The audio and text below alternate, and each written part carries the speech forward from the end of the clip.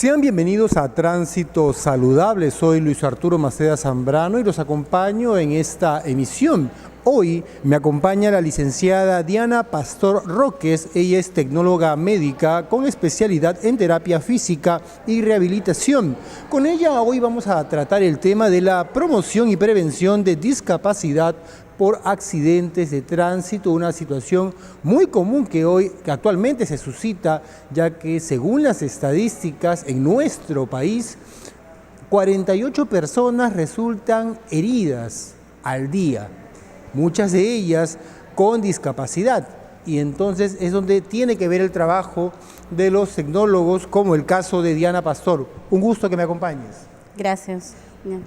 Diana, cuéntanos un poco cómo es este trabajo, ¿no? Porque hay que promover, hay que prevenir la discapacidad, porque muchas personas sufren un accidente y a veces, en primer lugar, por tratar un tipo de ejemplo, la conmoción o el golpe no es tan grave y lo dejan allí, y eso genera secuelas, ¿no? Como cuando nos caemos y nos damos un golpe leve en la rodilla y pensamos, no, es un golpe, tomo una pastilla o me echo una crema, pero eso puede generar secuelas a lo largo. Igual ocurre con un accidente de tránsito, ¿no? ¿Qué estamos hablando? ¿De qué problema a largo, a corto o a mediano plazo podemos tratar allí? Bueno, ante todo, buenos días. Nosotros somos del Servicio de Afecciones Musculoesqueléticas en terapias especializadas y estoy en el área de traumatología. Somos diferentes áreas, ¿no? La que está hablando pertenece al área de traumatología, también hay área de dolor y hay área de hidroterapia.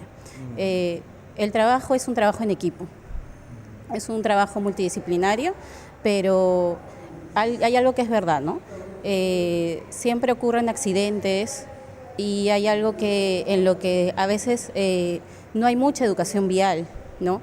Y tampoco no hay, digamos, una buena infraestructura vial.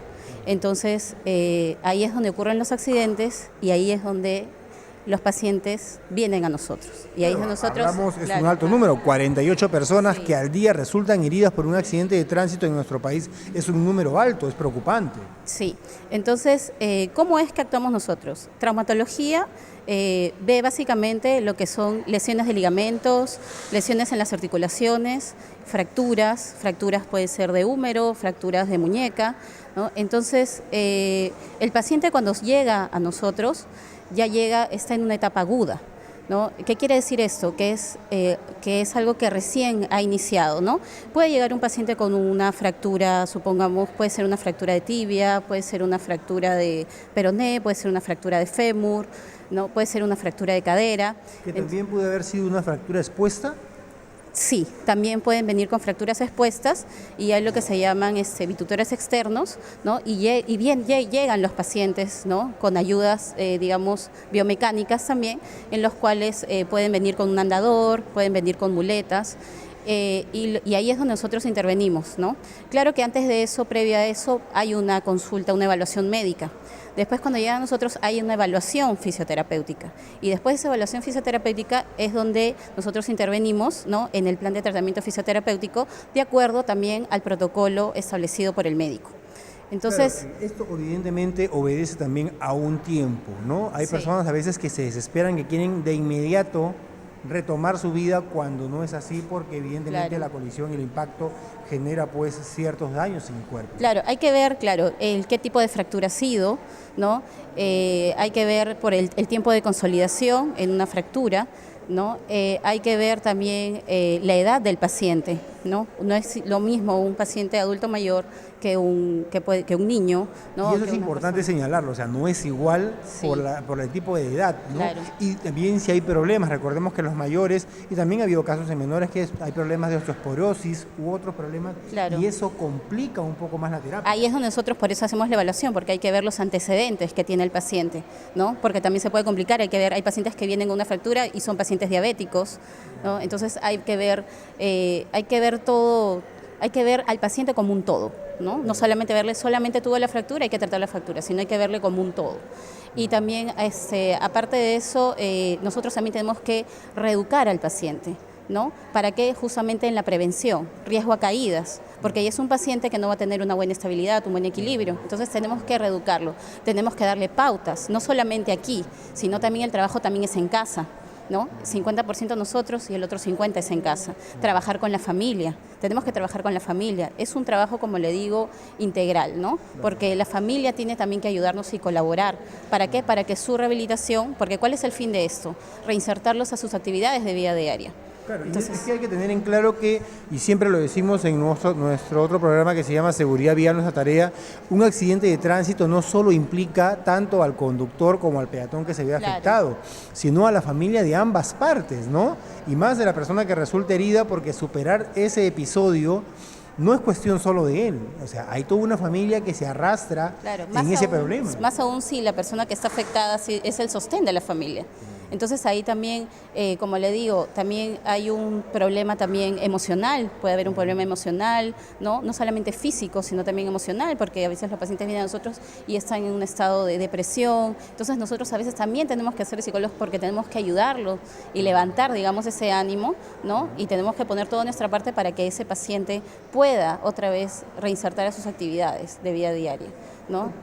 Cuéntame un poco más o menos, ¿no?, en el tiempo que vienes trabajando aquí en el Hospital de Rehabilitación del Callao, ¿qué casos se te han ido presentando? ¿Ha habido algunos más complejos que otros? Cuéntanos tu experiencia.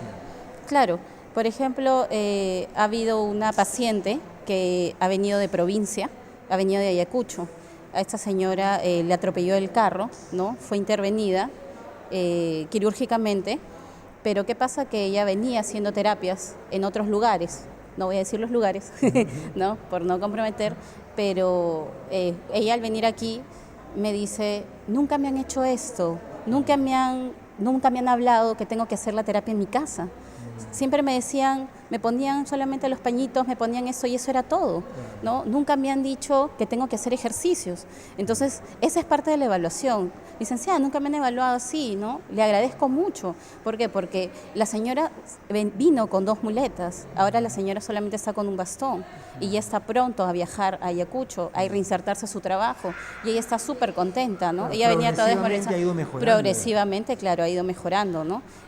Básicamente el ejercicio es muy importante en la terapia, ¿no? Porque hay disminución, digamos, de fuerza muscular, hay disminución de masa muscular, de trofismo. Entonces, ¿qué es lo que necesita el paciente? Necesita recuperar todo eso. ¿Para qué? Para que tenga fuerza para poder, digamos, caminar, ¿no? El fin del paciente es que pueda caminar y pueda reinsertarse. Hay la rehabilitación y el ejercicio para poder generarlo. Claro, como dices, son etapas, ¿no? Empezamos con ejercicios suaves o ejercicios isométricos, que quiere decir que no hay movimiento, ¿no? Simplemente son contracciones, pero vamos preparando al músculo para, digamos, poder hacer otros ejercicios que sean de un poquito de más intensidad. Entonces vamos haciendo ejercicios, trabajamos con la gravedad y después ya trabajamos con fuerza, con resistencia. Y después hacemos todo un circuito, ¿no? Por ejemplo, en el gimnasio, en donde ya los llevamos a las escaleras, los llevamos a las rampas, a las paralelas, para reeducar la marcha, ¿no? Y aparte de eso, también preparamos al paciente con compresas calientes, que nos ayuda a que haya una mejor vasodilatación, por lo tanto va a haber una mejor circulación, ¿no? Y va a mejorar, digamos, si es que hay edema y inflamación, ¿no? Para que haya un mejor drenaje. Y sí, y también nos va a ayudar, también trabajamos con las compresas frías, en el cual al paciente evita a que se inflame, digamos, el segmento que nosotros hemos trabajado, ¿no? Porque de repente ha sido un ejercicio que recién ha empezado, ¿no? Y que queda de repente un poquito adolorido. Entonces preguntamos por qué, porque eso le va a producir un grado de analgesia, el hielo. Entonces también le aplicamos hielo. También podemos trabajar con ultrasonido, trabajamos con ultrasonido, con terapia combinada, ¿no? El cual que produce el ultrasonido, un micromasaje en el cual nos va a ayudar a, digamos, a liberar bandas tensas, pero también la terapia combinada, que es el ultrasonido junto con la corriente, dependiendo qué intensidad es lo que vamos a poner. Ahí trabajamos con frecuencias, con intensidades, y también trabajamos con corrientes puras, ¿no? Que son corrientes analgésicas, en el cual tenemos que ver si es que ponemos una corriente solamente para dolor o una corriente también estimulante, porque también tenemos corrientes estimulantes para fortalecimiento también. Y también trabajamos con lo que es magnetoterapia, que también nos ayuda al proceso de consolidación de la fractura, ¿no? Entonces, y viene nuestro trabajo manual, que es lo más importante, ¿no? El trabajo manual en el cual nosotros también trabajamos, liberamos bandas tensas, ¿no? Y aprovechando esto, aclaramos, la terapia no es solamente masajes, ¿sí? La terapia es, porque a veces viene el paciente y dice, masaje. No, la terapia es parte, es una técnica, ¿no? Que nos ayuda a liberar de repente bandas o contracturas que vemos que están muy tensas. Pero es que lamentablemente por ignorancia y porque también pues hoy por hoy pues creo que te vas a cualquier mercado, claro, y hay un puesto que dice masajes y tienen su silla y tú crees que ya eso es rehabilitación, dicen, cuando es todo un paquete. Eso es solo una arista. Claro, entonces nosotros aclaramos también eso, ¿no? Para poder trabajar más, porque a veces el paciente se va sin el masaje y dice, ay, no me hicieron el masaje. No, señor, lo que pasa es que tenemos que explicar, ¿no? Ahí viene la educación que le tenemos que dar al paciente, ¿no? Explicándole qué tratamiento es el que va a tener y el por qué, ¿no? Porque a veces el paciente dice, ¿por qué me ponen esto? ¿Por qué me hacen esto? ¿No? Porque tenemos pacientes, digamos, con diferentes caracteres, ¿no? Hay pacientes que son muy ansiosos, ¿no? Pacientes que, y entendemos por el nivel de dolor que tienen, ¿no? Entonces hay pacientes que vienen muy adoloridos y el carácter les cambia. Entonces nosotros también tenemos que saber interactuar con esos pacientes. Claro, como tú hablabas al principio, el tema emocional es muy importante, por ello, pues trabaja un equipo multidisciplinario, ¿no? Hablábamos, y también en ese punto te decía, en el tema emocional, socialmente, y más pues los latinoamericanos, tenemos cierto recelo o por calificarlo como estigma cuando vemos algunos de estos implementos que tienen que ver con la rehabilitación como una silla de ruedas o como unas muletas o como un bastón, ¿no? Sientes como que si estás inmerso en ello pierdes el control y somos personas muy controladoras, ¿no? Y eso te merma mucho. Yo fui víctima de un accidente de tránsito en el año 2007. Yo era más joven para aquella época, evidentemente, y al comienzo psicológicamente es un poco difícil el asumir que no puedes caminar y que tienes que pasar primero, pues en ese momento yo pasé primero por una silla de ruedas, después un andador, después una muleta, después un bastón y después recién pude caminar, pero fue todo un proceso, pero a la vez sientes que te va emocionalmente calando, pero tienes que ir contra ello y tienes que tratar de superarlo porque depende de ti salir de ese problema. Claro, como usted mismo lo ha dicho, ¿no?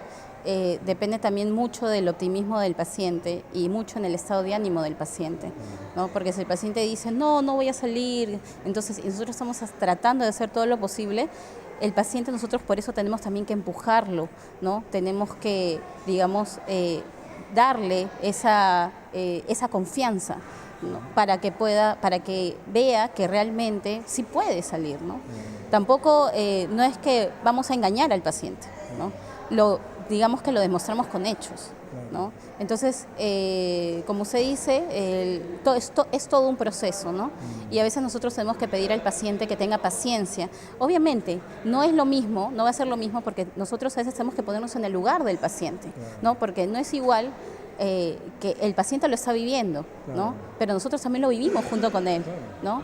¿Por qué? Porque si el paciente no sale, nosotros también nos frustramos, porque está en nuestras manos. Entonces, claro, es parte de nosotros, pero cuando el paciente ya sale, es una satisfacción para nosotros. Entonces nosotros decimos, caramba, pues valió la pena haber estudiado esta carrera porque podemos ayudar a las personas. Claro, es una vocación de servicio, de alguna manera. Terapia física es ayudar. Claro, y donde tiene que ver mucho también, pues, también la parte del paciente, ¿no? Su nivel de participación y de aporte, y que no debe descuidar esto porque eso también, a pesar, digamos, te lo digo en carne propia, que te había recibido la rehabilitación o la terapia en su momento para recuperarte, con el paso de los años también pueden surgir otras cosas que en su momento no surgieron porque pues, el cuerpo humano es tan cambiante, no es como yo tuve ese accidente, me recuperé después de un tiempo y casi 10 años después recién he presentado problemas en la columna, en el L4, y según los estudios son a consecuencia del accidente, pero son cosas que salen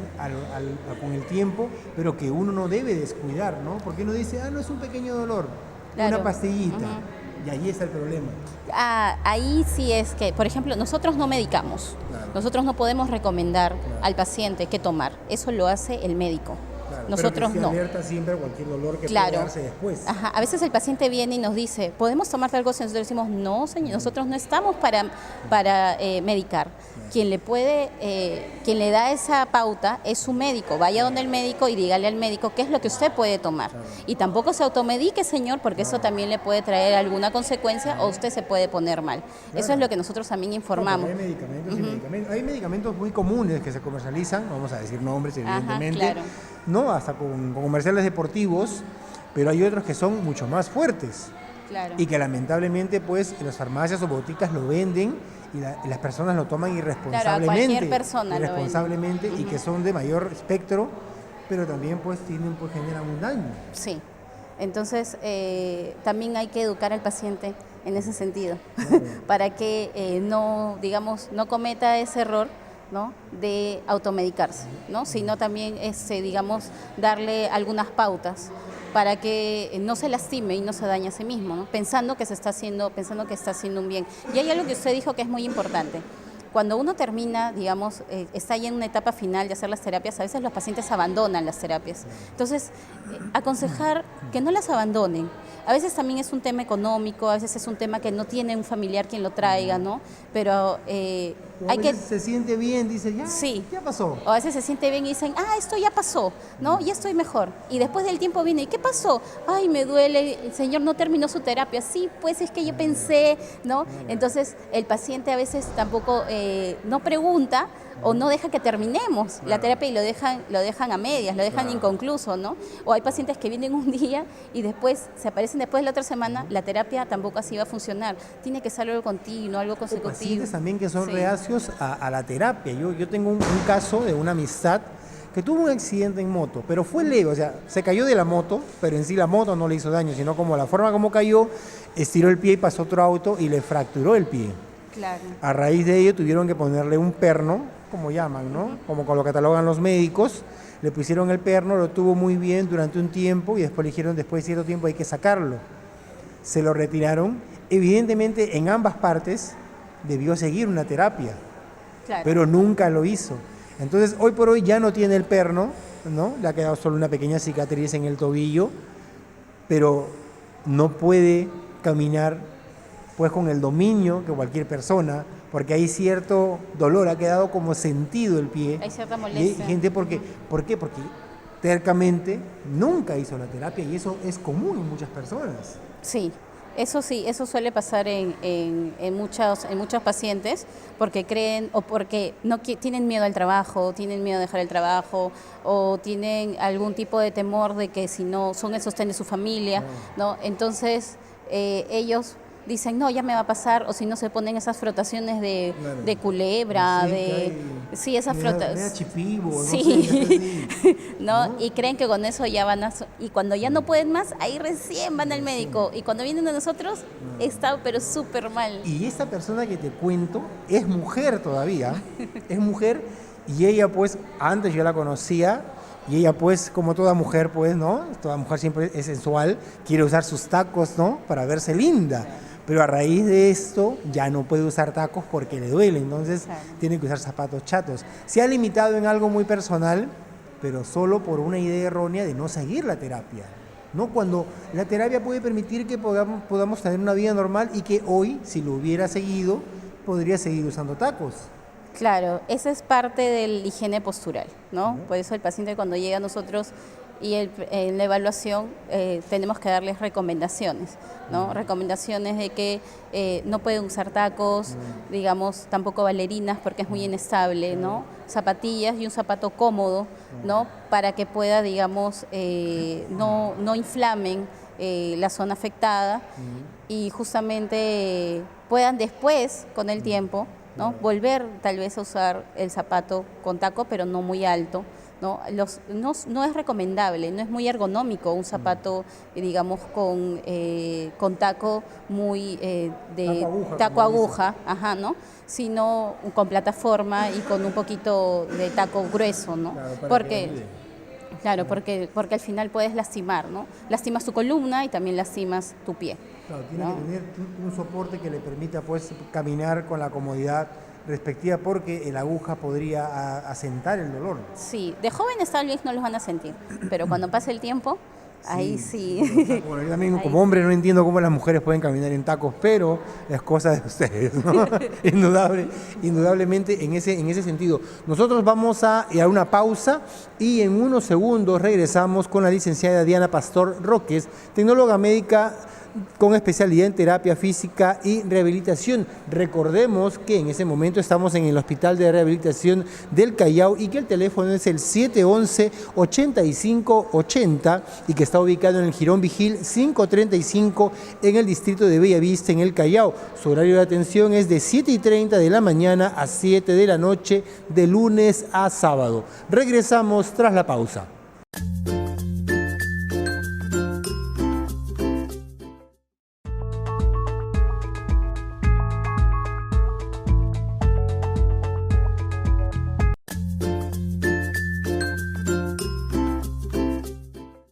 Continuamos en Tránsito Saludable con la licenciada Diana Pastor Roques, tecnóloga médica con especialidad en terapia física y rehabilitación del Hospital de Rehabilitación del Callao, donde nos encontramos en este momento. Diana, una pregunta, y no quiero que te incomodes de alguna manera, pero hablemos así en concreto, ¿no? Si una persona sufre un accidente, evidentemente, y estamos tratando para ello la promoción y prevención de la discapacidad, o sea, evitar que la persona tenga una limitación posterior a un accidente de tránsito. Pero hablando porcentualmente, del 100% de pacientes que sufren un accidente, ¿cuántos de ellos vuelven a recuperarse, aunque suene redundante, al 100%? A ver. Porque algunos pueden albergar la esperanza de que sí, voy a salir y mi vida va a ser normal como antes, pero hay que ser sinceros, hay casos en los cuales ya no va a ser lo mismo. Claro. A eso se tiene que ver mucho, se ve mucho el factor también de la edad, ¿no? El factor de la edad, el factor a las actividades que realice.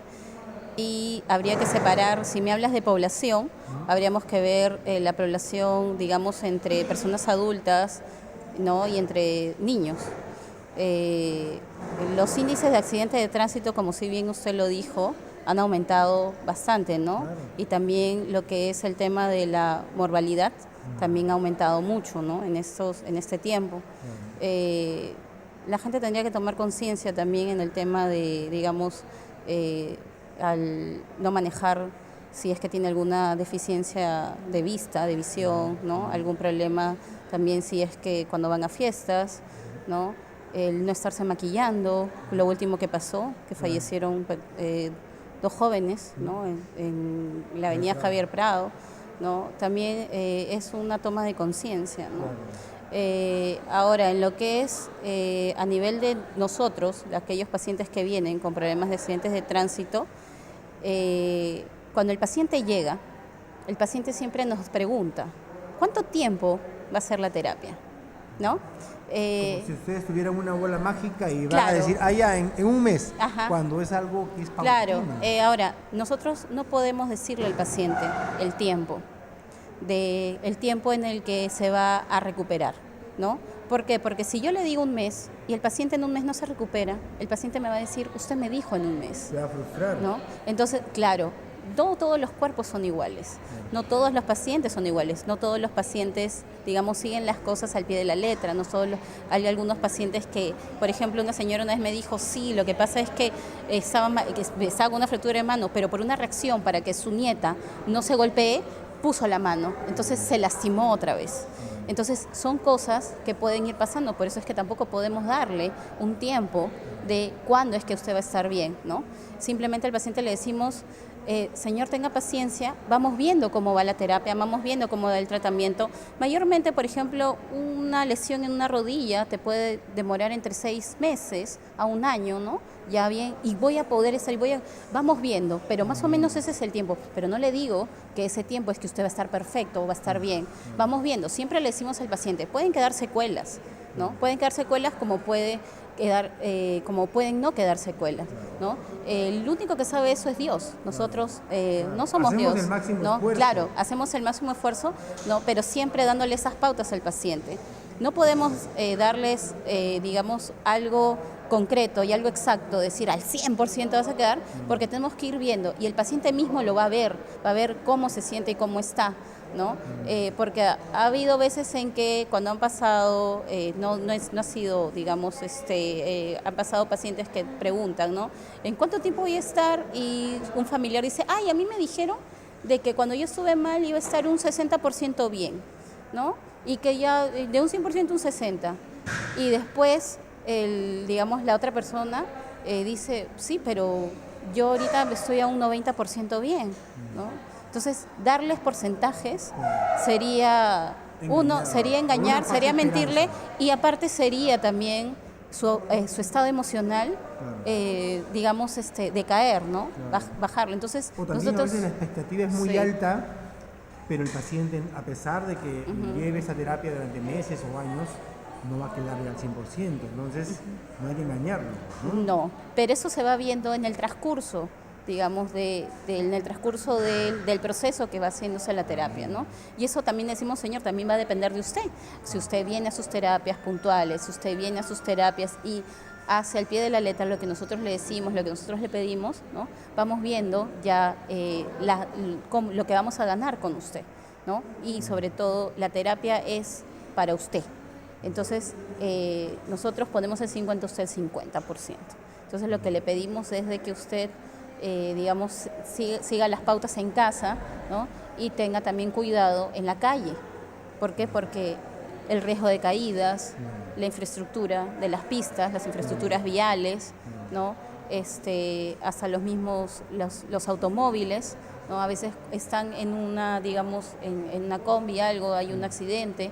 Entonces, el paciente, obviamente, pues de que sale de una lesión y va a entrar a otra. Claro. Entonces, es una cadena. Claro, decirle exactamente sí, en 5 meses, no podemos darle un tiempo al paciente, ¿no?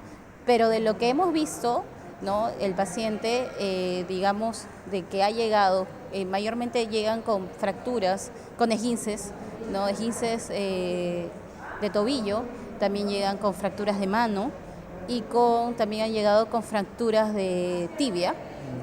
Mayormente el paciente un 90%, ¿no? 90% ha quedado bastante bien.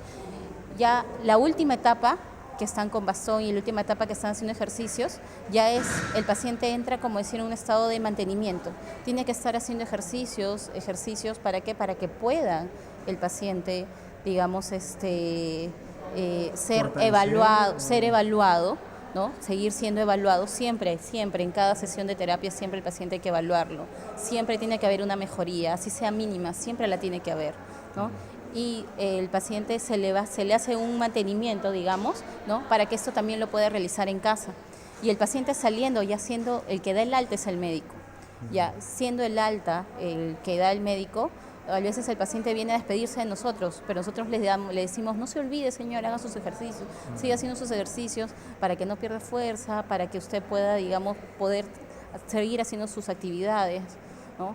Entonces, básicamente, el paciente sí llega a un 90% porque ya el alta nosotros no la damos, claro. Quien la da es el médico. Entonces el médico, claro, entonces el médico ya sabe hasta dónde, ¿no? Entonces le dice, bueno, hasta aquí ya terminó digamos, la terapia, el tratamiento. A veces también les dan un periodo de descanso para que descansen, ¿no? Y después le dicen, venga de acá, vamos a ver cómo está usted, cómo va haciendo sus actividades, y regresa en 2 meses o en 3 meses para evaluarlo y a ver si es que hay una segunda parte en las terapias. Y que el tiempo que tú tienes con tu experiencia como tecnóloga, me imagino que debes tener casos que recuerdas donde hay pacientes que casi al final del camino han desertado por el proceso, ya, o sea, no han vuelto, ya se sintieron un poco mejor y ya sí. Lo dejaron ya. Sí, han habido pacientes que sí, que se han sentido mejor y que a la 6ª sesión se han ido. ¿Nunca más? No, se aparecieron después a los 5 meses, ¿no? Sí, sí, otra vez con el problema, ¿no? Pero que dicen de que desiertan porque pero ya me sentí mejor, y después, ¿qué le pasó? Se cayeron, ¿no? O porque hicieron actividades muy frecuentes, ¿no? Les empezó a doler, pero es una molestia nomás, una pastillita y ya, ¿no? Y después cuando ya no aguantan el dolor, ya no toleran el dolor, ahí recién es que vienen hacia el médico. Los pacientes esperamos ya el dolor extremo para recién acudir a los especialistas, ¿no? No al momento, a la primera sospecha uno debe acudir, eso debe ser parte de una cultura que debemos manejar las personas, pero lamentablemente esperamos el último momento para recién correr, me duele. Sí. O si no, corren a la farmacia y se compran una pastilla para el dolor. Claro, la automedicación. Sí, y al final se terminan malogrando el estómago. Claro, sí. Así que así que tienen... Con un traumatismo y con gastritis todavía, sí. Dicho sea de paso. Yo también recuerdo un amigo que, porque te pregunto, porque a veces puede quedar una zona, a pesar de que se haya recuperado débil, ¿no? Ya queda un poco sentida. Él se había fracturado muy joven el tobillo. Yo recuerdo haberlo visto enyesado, con muletas. Se recuperó y a los años otra vez el mismo tobillo se volvió a fracturar. Y así, en 3 oportunidades lo he visto con el mismo tobillo fracturado, así en varios años, digamos, te digo, en un lapso de 15 años. Es porque ese lugar ya quedó sentido ya. ¿Qué pasó allí? Bueno, habría que ver el tipo de fractura que ha tenido, ¿no? Habría que tener cómo está el estado, digamos, de sus huesos, ¿no?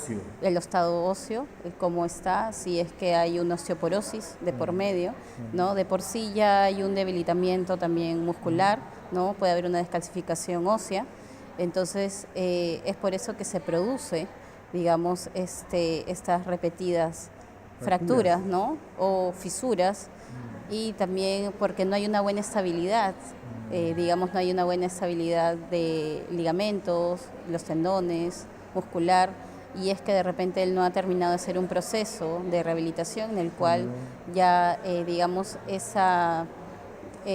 haya abarcado bien, ¿no? Y haya terminado bien sus terapias, ¿no? ¿Por qué? Porque el fin de esto es que esté estable esa articulación y que esté fortalecida, ¿no? Justamente, ¿para qué? Para que pueda tener una buena marcha, buen equilibrio y pueda hacer sus actividades de vida diaria, ¿no? En ese sentido es bien complejo. Ajá, y mayormente los hombres siempre lo que piden es, ¿puedo jugar fútbol?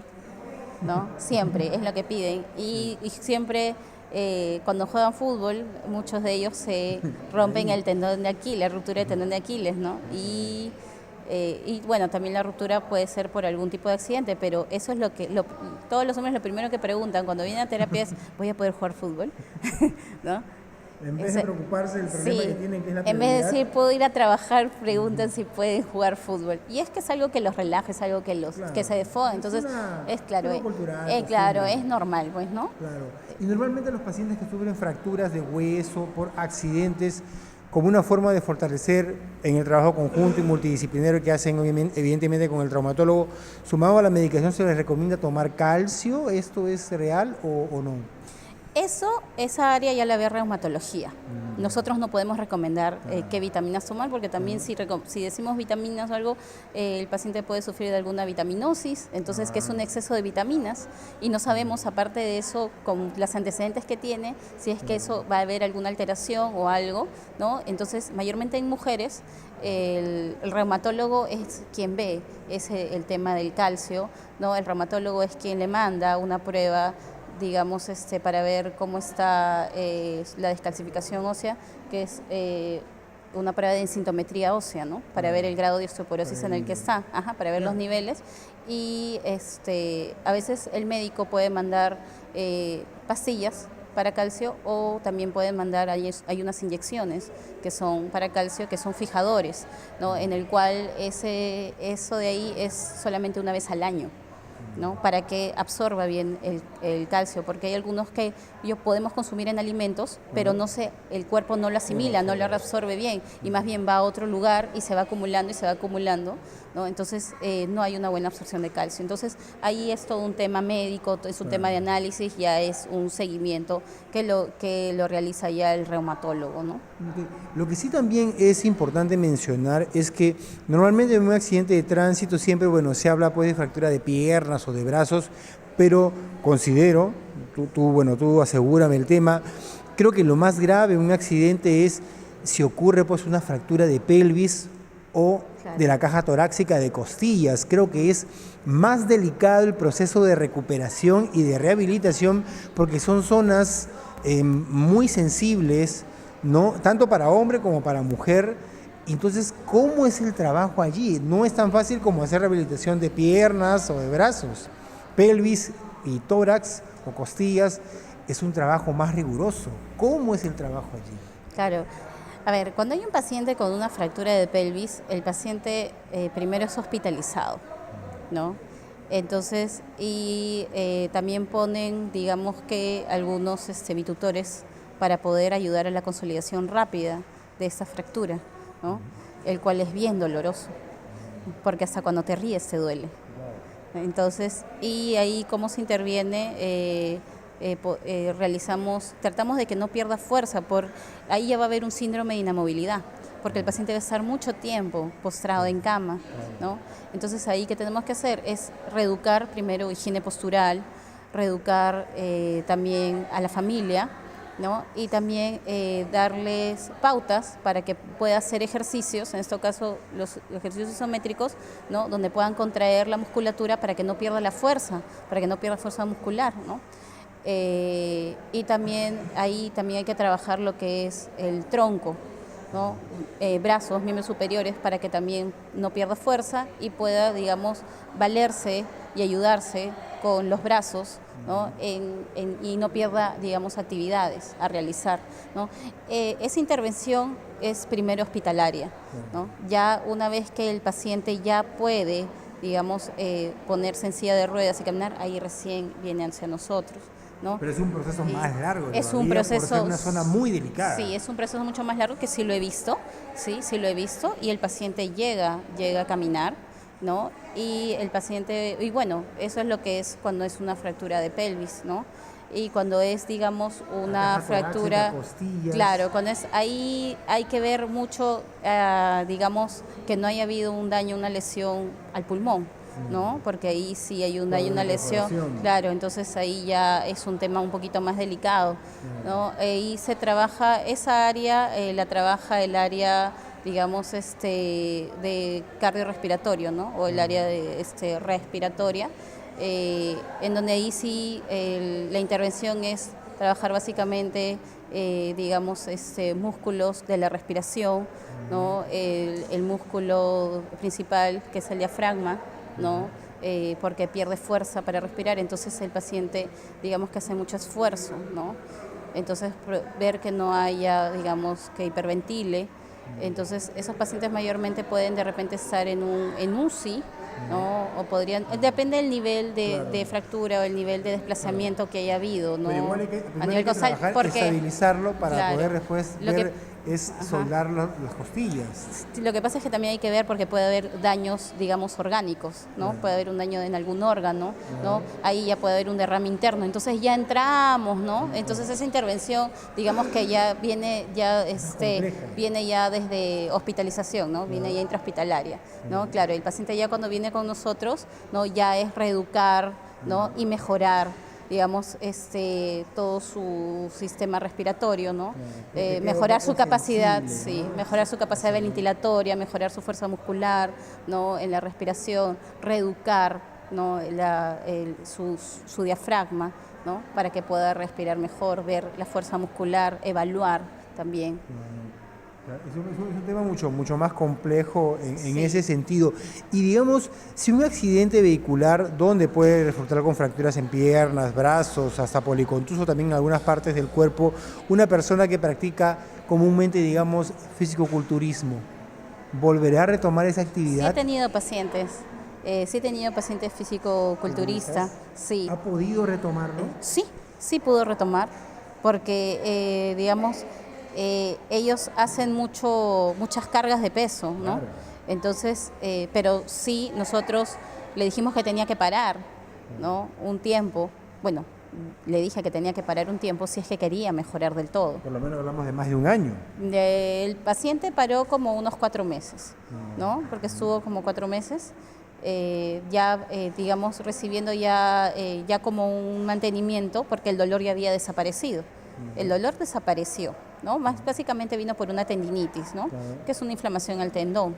Entonces, ¿qué es lo que pasa? De que el paciente, le dije, nada de cargar pesas. No, me dijo, pero es mi trabajo. Yo lo sé, pero el mío también es que tú estés bien. Claro. Entonces, él lo entendió y habló con su jefe, con su entrenador también, y le dijo que para poder, que tenía que descansar. Entonces, ¿qué fue lo que hizo? Ok, no trabajaba brazos, trabajaba solo piernas y dirigía.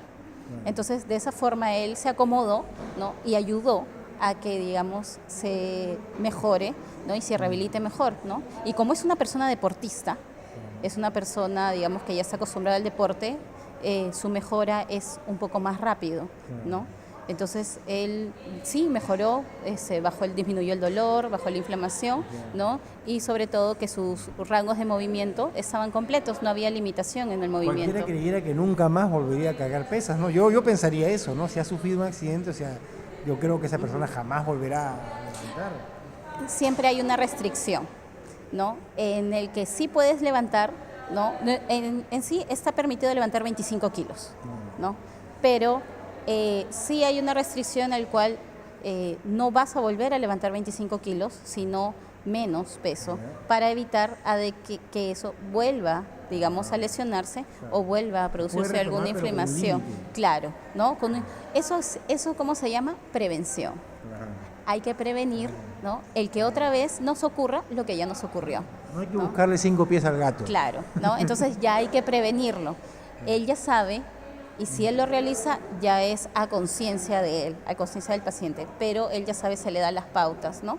Para eso también el médico también le dice, ¿no? Hasta cuánto puede cargar de peso.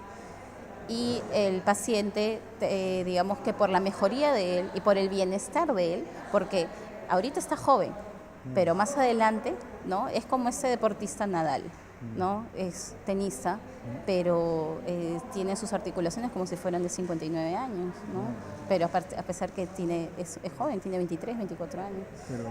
Claro, pero las articulaciones se desgastan, ¿no? Sufren, ¿no? Por tanto excesivo peso, tantas cargas de peso. Entonces siempre hay que tener un límite, ¿no? No todo es bueno en exceso, no todo es bueno en exceso, ¿no? Siempre hay que darle un límite y hay que darle una pausa, ¿no? El cuerpo es sabio, el cuerpo sabe y te dice, hey, hasta aquí no más, ¿no? Ya no más, tiene un tope, ¿no? Claro, tiene un tope, pero nosotros tenemos que cuidarlo.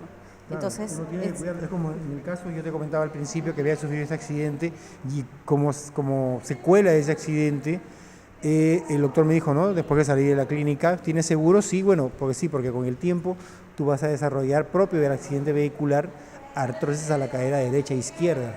Entonces tienes que tener seguir terapias en tu seguro y tener un control sobre tu peso. Por eso yo soy una persona delgada, Claro. porque él me dijo, tú te engordas y te vas a la silla de ruedas, me dijo. Por eso yo, mantengo mi peso entre 60, 65, que es lo promedio, para poder estar estable, porque si subo de peso, sientes el dolor en las caderas. No es la recomendación. Ya te avisaron, es responsabilidad tuya seguir esas recomendaciones.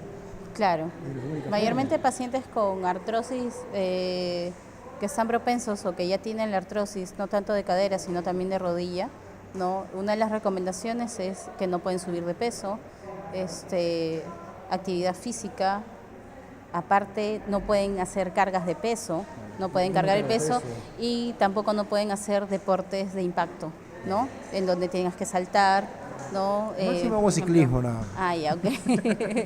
Pero no ciclismo en montaña, No. sino solamente... Urbano, tengo mi bicicleta de carrera hace muchos años y a recorrer la ciudad nada más. Ah, ya, ok. ¿Sí? Tranquilo, por unas horas.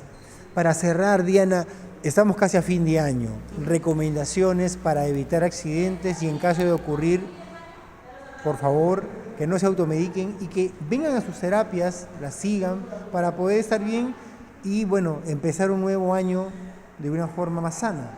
Claro, en este caso,